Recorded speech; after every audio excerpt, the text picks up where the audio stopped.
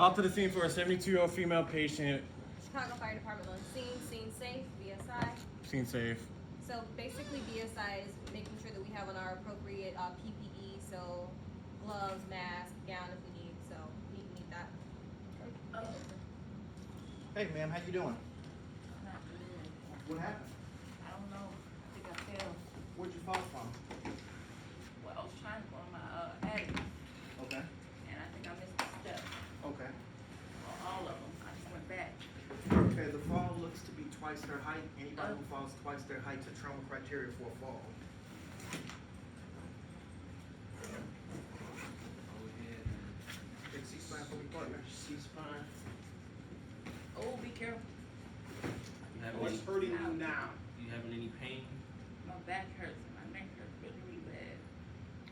So it's really important that when we're on scene, we want to ask the patient questions. So we want to start with either a sample history or OPQRST, which is basically onset. What were you doing prior to this happening? Provocation or palliation is where do you feel the pain? R is for radiation. Do you feel the pain moving from one area of your body to another area? We also have S is for severity, QRST, and T is for timing. So it's important that he has C-spine right now because we're trying to stabilize the patient. Any person that's a trauma patient, and as mentioned, if they fall twice their height, they're considered trauma. You want to make sure that you stabilize their spine, not to further any injury in the event that there is spinal injury. Okay. So we have C-spine right now. It hurts when I lay all Under your leg. Am I supposed to? What can I do? Can y'all hold me like this? We're gonna take this, we're gonna measure it up to our patient. Oh, that hurts. Oh, I know, my head. honey, it's okay.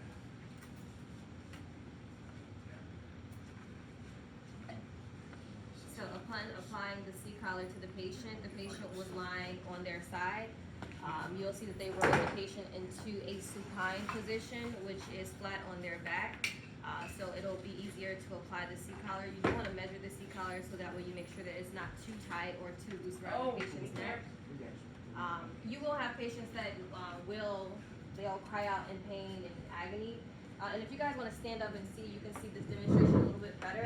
You'll see the maneuvers that they're using to properly roll the patient onto the backboard. Here we go. I'm on you. I'm gonna count 1, 2, 3. Pause. Oh, y'all gonna drop me? Here we go. 1, 2, 3.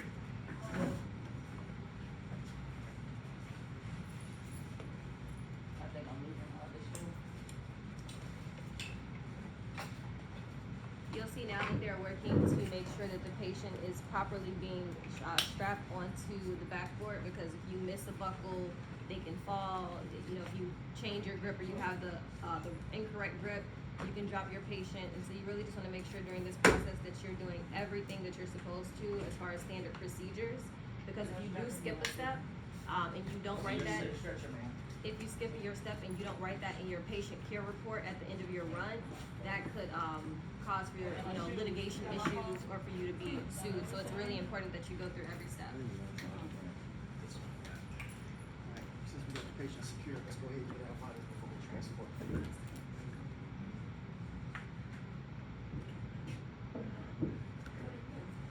I got a question. Shoot. Does this patient know your name? Probably not a total for the fire department. Do you know your patient's name? Man, what's your name? Susan. How you doing, Miss Susan? My name is Malik. I'm a fireman. Can you help me? Man, Malik, I asked you earlier what's See, going on. Susie.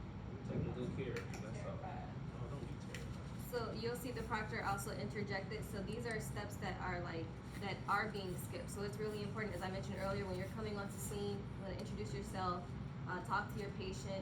Depending on if your patient is conscious or unconscious, it can be like the different steps in what you would have to do. But it's really important, again, you want to go back to that sample history, you want to go back to OPQRST, and even when you're going to take the blood pressure, you're putting on the pulse ox, you want to make sure that you're telling the patient what you're doing, because they're scared, they don't know what's happening, so you want to constantly be in communication with them. And when you're taking the vitals, you want to make sure you get a baseline set of vitals if the trauma isn't too severe prior to transporting them to the emergency department or the receiving unit. And you'll also have to do a reassessment or a secondary assessment of the patient prior to getting to the emergency department if you can, because you want to make sure that you're measuring what the baseline vitals were to the secondary vitals. And if the vitals are good, tell the patient, hey, your vitals are real good, right? Why am I telling the patient? I'm trying to calm that patient down.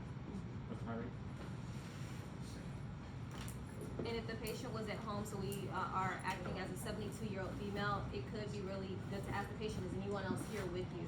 Have you taken any medications? Because we have to assess not only the mechanism of injury, which is a fall, which is twice her height, but you also want to look at the nature of illness. Could there have been something else? Could she? 120/80, pulse is 98, O2 is 97% of all men.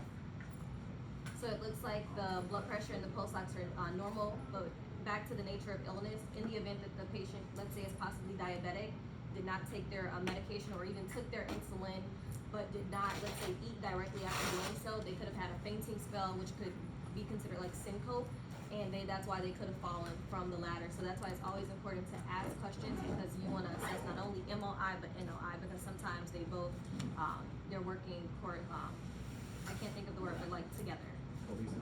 Thank you, cohesively. This is why they pay you the big bucks. So real quick, my EMTs, how do you remember that information? You write it on No, the your glove. Hold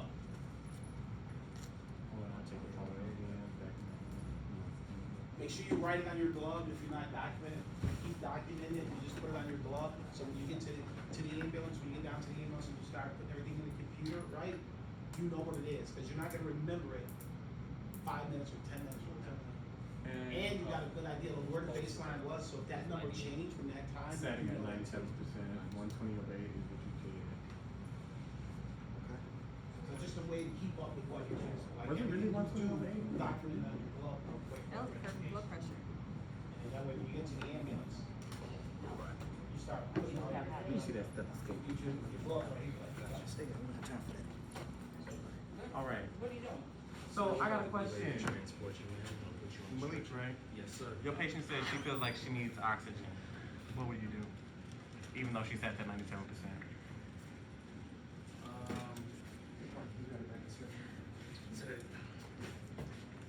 You ready? Huh? Oh no. She said she feel like she needs oxygen, even though everything was normal.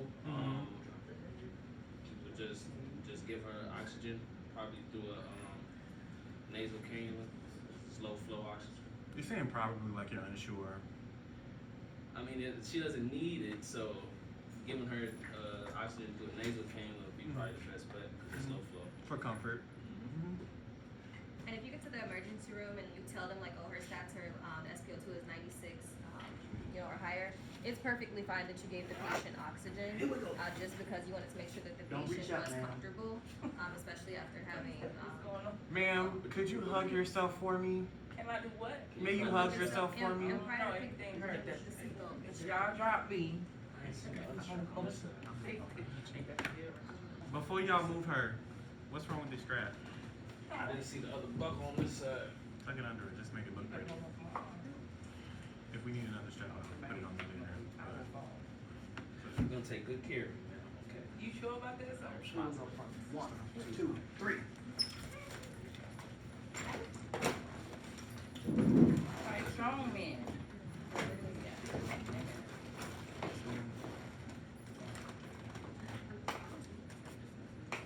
I mean, I do this every day.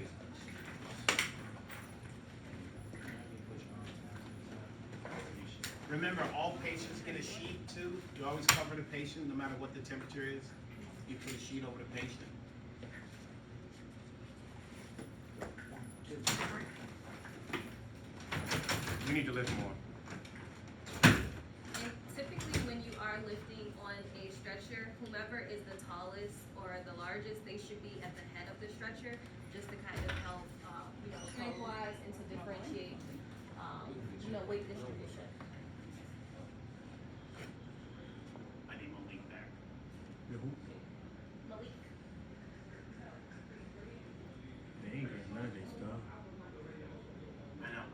free medicine for people on the street. So, hey guys,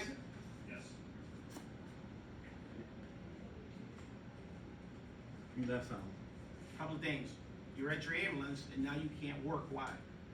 Left oxygen tank and Right. all the bags. Yeah, another thing, when you lift, do not extend yourself. You want a long career, you extend yourself, you'll pull your back, and you'll be done. It's just simply here, right? It's here and up, right? Just your legs, not your back. Don't never take your back over that way. You end up with a back injury, it's a lifetime injury. Remember, all your gear goes with you, right? She goes down, you gotta run back in her apartment, which the door is locked now, and now you have no equipment to work with. Alright, now everybody come back in here because I got some questions. I was gonna say some stuff too. I was gonna say, depending on where you do your class at, I'm in Tinley Park at Trace.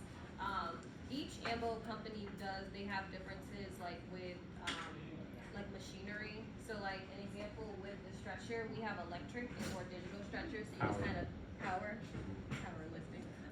So it's easier to like lift, but like at the end of the day, like if the battery, so it's like several components that go with that. So like if your battery dies or you don't make sure it's charged prior to putting it in your stretcher at the beginning of shift, then you will still have to manually lift that stretcher. So to Lieutenant Q's point, when you are lifting, lift with your legs. Do not, spread your legs too wide, and just you want to make sure that you have a very like firm foundation. So working out is super important. So if you are not physically like in the best shape, start just doing some lunges just to kind of get your legs ready, because you don't want to put that strain on your back. A lot of EMTs and paramedics, one of the major issues that they typically have is like back issues and back pain. Another thing, wait, what were you gonna say? I was. I'm grilling them about the drill. That was my point. And honestly, the biggest thing that I can tell you from like every practical that I've like had to take, and just like with exams, back to Lieutenant Q's point, you need to know VSI scene safety. Is your scene safe before you are walking on that scene? The most important person there is you, then your partner, then your patient. Because if the scene is not safe and you go on scene or your partner goes on scene and you get hurt, now that's an additional patient. So you just want to make sure that that's good. And then always, bless you, always following standard procedures. If you go off book, like honestly, like you would think that the book is like, oh, it's just the book, you can do it like, however you want to. Following that book is golden, because if you do anything wrong, we live in a digital age where everyone's on social media, everybody's posting videos. So if you're doing things and then you put something different in your run report or your patient care report saying you did A, but a video surfaces and shows that you were doing B, C, D, and E, you can be sued, you can lose your license, and if you look, like basically getting an EMT certification at the national level is a license.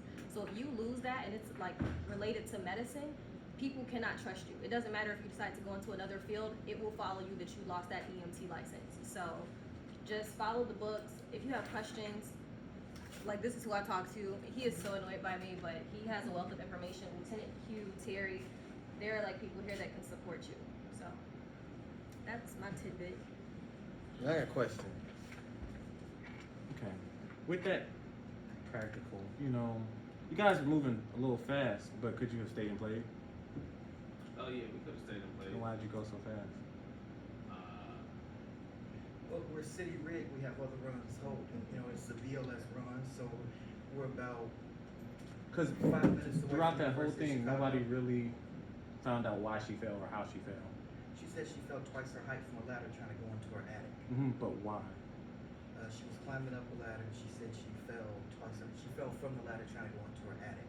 Did you miss a step? Did you feel lightheaded and fall? Have you eaten today? Are you diabetic? But I missed the step. Mm-hmm. And Looked at it a little bit. And so that's still an important question that he's asking. So earlier I was talking about nature of illness versus mechanism of injury.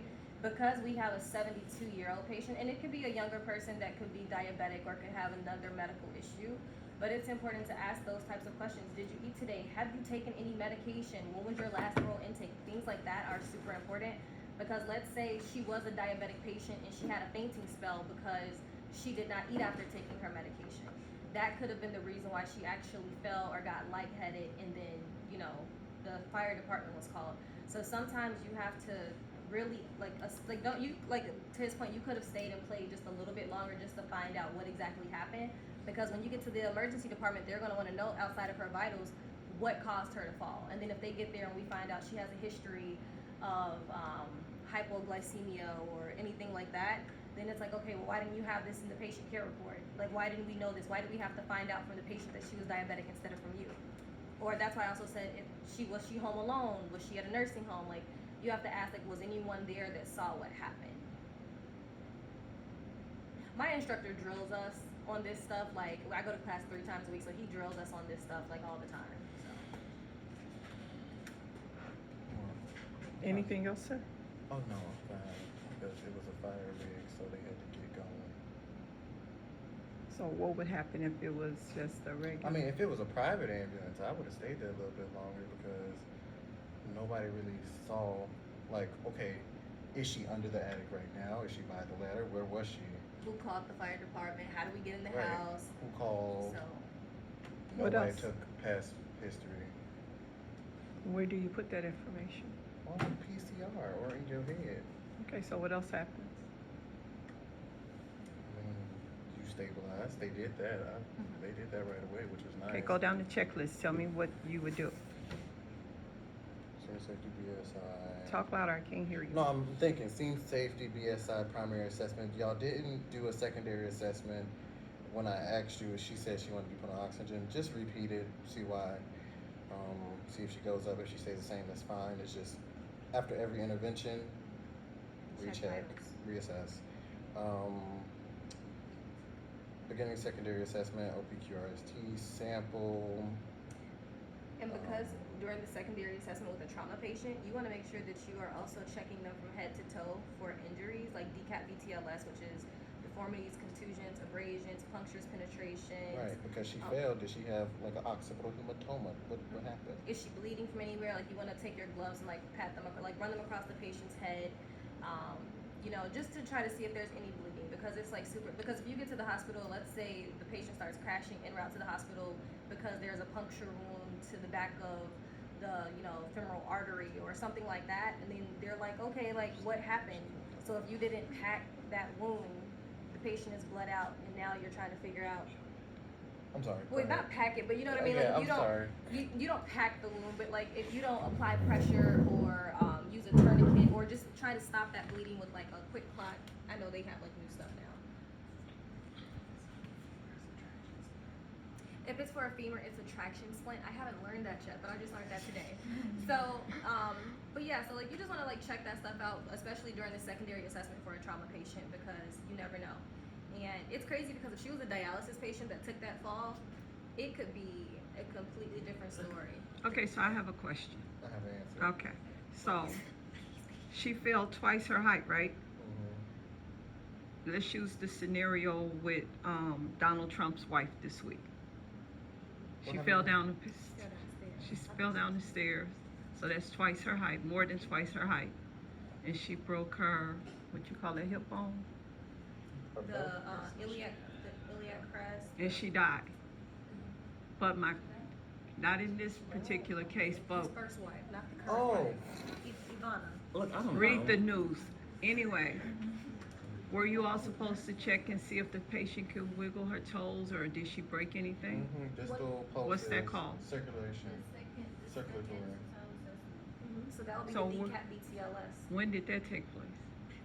It didn't, but it should have, and it should have happened at the primary assessment because it's a mechanism of injury, not a mechanism. Granted, she was, I wasn't here for what I heard. Granted, she was an elderly patient, so you do want to check for like other medications that would have been able to cause it, but if she failed, you should have immediately did a head to toe assessment. Because she was home by herself, right? We don't No, because she failed. So a She fail failed. is naturally a fall is trauma. Okay, no, I'm asking a serious question. No, Who opened the door? I did. I walked in the house. You walked in. Door was unlocked. Wait. No, I'm the civilian asking question. Huh? Were you part of the crew because you opened the door? Yes. Because I was really just like the orator. I was explaining what was happening. Like I didn't have. They were hands on. Okay. I was giving So you should the have asked some prospective questions. students Okay, so I'm sorry, you walked in, you put a C-spine on her right away because she fell twice her height. Because y'all She keep said her using neck hurt. her neck hurt. Well, what if she broke her arm or her leg or cracked her hip bone? How would you? That's what you're saying, deformities. Mm-hmm. Oh yeah, I'm sorry. I'm sorry. We know. I'm a Sarah, civilian. I'm like, if I fall twice my height, I might break something hitting And the she's floor. 72. Got And osteoporosis. typically, like if there is a break, like sometimes a break isn't just like directly through the skin. You can kind of like see like a deformity. It looks different. But I think that if it were a real patient, you would be able to see that. So like what I was explaining about like DCAT BTLS, you want to basically look for deformities, contusions, abrasions or like scrapes, punctures or penetrations if the patient is bleeding, burns, which in this case, I don't think the patient would have been burned, tenderness, lacerations or swelling. Yes. So you're smarter than me. What's deformity? So deformity is, I mean, I don't know. I want to use like a Marvel example. No, give so me bad. something So that say I I'm a can't 3-year-old. understand. Break Like it down to me like I'm a Doesn't look 3-year-old. normal. It's not how it should be. Yeah, it just doesn't look right. So like this is naturally how my arm looks, but if they walked in and I was laying on the floor and my arm was going backwards and I had fingers, going in the wrong direction, that's basically a deformity. Or if the patient was, I don't want to ask you to lay on the floor again, but like let's say you were lying on the floor and like one leg is going in one, you know how Homer Simpson falls? Or like, what's the, you know how like Peter from Family Guy, when he falls, he just falls and it's just bad. You're like, ooh, like his body's all twisted and that's like a deformity. Okay, so one more question. I'm gonna be quiet. 72 years old. She fell twice her height. Because y'all kept emphasizing that. That's why I keep coming up with my question. So I know you immediately went for the neck. Okay, cool. Well, what if she's 72 years old, that skull is kind of old now. What if she would have bumped her head and you don't know who she? She fractured her hip. She fractured. I'm concerned, but Geriatric what if I patients. that's a geriatric patient. What if I bump my head and you talking to me and I'm just answering questions? You don't know if I'm telling the truth. Well, we would give first we would check her level of consciousness. So you would ask her certain questions. Well, no, it just kind of depends. So, well, But I didn't hear any of that. That's why I'm asking you all these questions. It wasn't a young woman like me. She was 72 years old. I just want to run through the primary assessment to make sure if I come on the scene and she's laying down, Alert, bro. I'm immediately gonna start talking to her. You have to still give consent. She can give consent. She may be conscious, but you gotta check her airway. Does she have an airway? Is she breathing? Is she bleeding? It's a trauma. Normally it's CABC. You're looking for circulation, airway, then breathing. Because if there's any circulation problem, then they're probably going into shock. So. But what if she was unconscious? If Well, she was unconscious, then we will have to check for a pulse to see if we have to give her CPR. If she's unconscious and unresponsive, then we Whoa, give her whoa. CPR. If she's unconscious, if she has a pulse and she's breathing, you don't have to do CPR. Right, but that's She what we said have to check check for for pulse if breathing. she's unconscious. I'm changing the scenario because I'm nosy now. Yeah, I mean, if she's unconscious and she's not breathing, she's not responsive, then you give her CPR. Okay, Jalen, listen. Listen to me. You walked in, the patient was on the floor, she started talking, she told you that she was diabetic, she told you where the medicine was at, and you're putting a seat collar on her neck, and then she faints. What happens next? Who's that? Me. No, you're answering that question. I want you two to listen. You put the C collar around her neck. If she's unconscious, Now she just blanks out on you. What's gonna happen next? I'm gonna check for her pulse, gonna check for her respiration, gonna see if she's conscious or not. If she's not conscious, I'm gonna give her CPR. No. You're saying it wrong, and I'm not trying to like argue with you. You're saying it wrong. So you're saying if she just goes unconscious, She No, just- I said if she goes unconscious and I check she doesn't have a pulse, Uh-huh. she's not responsive at all, then I'm gonna give her CPR. okay, that's good. Just the way you worded it does. I'm like, you just said unconscious. No, I gotta. Sorry, it just sounds Unconscious wrong. and unresponsive. No, don't say that. Unresponsive is unconscious. Say she's apneic, pulseless, like she's not breathing and she's pulseless. Unresponsive is just I'm not talking back to you basically. Right, but if she's unresponsive, then you would check if she's pulseless and apneic. That's what I said. I just worded it differently. Okay, so I'm sorry. So she's Not She has no communicating pulse. with you. She has no pulse, she's not breathing, she's not responding, we're Mhm. gonna give her CPR. So how do you keep checking? What was that term you all use? You say you're going to keep communicating with the patient. At what point do you get her out of there and get her? I mean, Stay in play, or, Load and go. load and go, stay in play, is that what you're referring to? I guess. So stay in play is I like, want you to keep me alive and get me to the hospital so I can live to see 73. well, if you go into CPR, we're gonna, if you not responsive and pulseless and apneic, we're taking you to the hospital because we need ALS assistance. Granted, we can do CPR, but the best thing we're gonna do is get you out of here. So are you calling for backup? Because what, you all were BLS, right? Hey guys, the smart ones. They- BLS. I'm listening to you. I'm listening to you. So I'm what? listening How to you gonna save my life? Well, if I'm- The scenario changed. She went unconscious. Right, so we're doing She's not CPR right now. communicating. We're calling for an ALS backup, but we also should probably call the hospital and let you know that we're bringing you in. Past CPR, we can't really do anything with chest compressions, AED, and oxygen, or bags out max. Or we would actually require ALS assistance. Okay, your turn. You're putting the C collar on. Who? Lauren. Lorene? Lorene. Look, she knew I'm She's figuring. trying to leave. That's why. I really have to leave. Okay, no, that's fine. Answer this question, then you can leave. So, you put the C collar on. And you're still doing your assessment thingy. But now blood started running out of her ear. Is she still conscious? In and out. Well, as long as she's still breathing, I'm gonna have to see oxygen, but we'll control the bleeding first, see where it's coming from.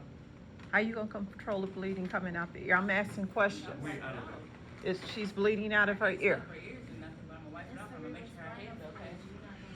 That's how I'm gonna. So what happened? Make sure it's not pushing. What you gonna do with when you're done wiping it? What you about to do with it? And then what? My shirt and thing, I'm sure. No. Put it in a biohazard bag and take it with you. And typically, if a patient is bleeding from their nose, their ears, their eyes, then you need to load and go, and you need to alert the receiving emergency department of all the baseline vitals, any changes in the patient going unconscious, everything. Because at that point, why did the patient go unconscious? So it could have been because of a head injury. Let's say the patient was a cardio patient, and let's say they had a heart attack, or it's just so many different ways the scenario could go. bleeding, right? So how are you supposed to stop that? You can't stop, like if the blood is coming out of their ears, that's what I'm saying, like you need to load and go. You need to contact medical control, so you could basically call medical control, which is the receiving emergency department. So since I I don't work, but I'm taking my classes at Trace, like Ingalls is my primary hospital that I would call into. I would have to let them know like everything that just happened with the patient went unconscious, the patient has presented with spinal fluid coming from the ears, blood from the nose, mouth, because at that point, your patient could die. And it's like if you have a patient that dies on you, they want to know, why did the patient die? How did the vitals change? What did you do? Were you reaching out to medical control? And if you have a question about something like being BLS, which is basic life-saving skills with EMTs, call medical control. They're not going to be like, why are you calling? You should know this. Like, of course, like there are things you should know, but in the event that you just need like reassurance, or you want them to specifically give you direction on what to do, call them. And even when you call them and they say, okay, it's fine, like an example is a patient that's having chest pains or like angina pectoris, and you say, well, hey, the patient is complaining of angina pectoris, is it okay if I, give the patient aspirin?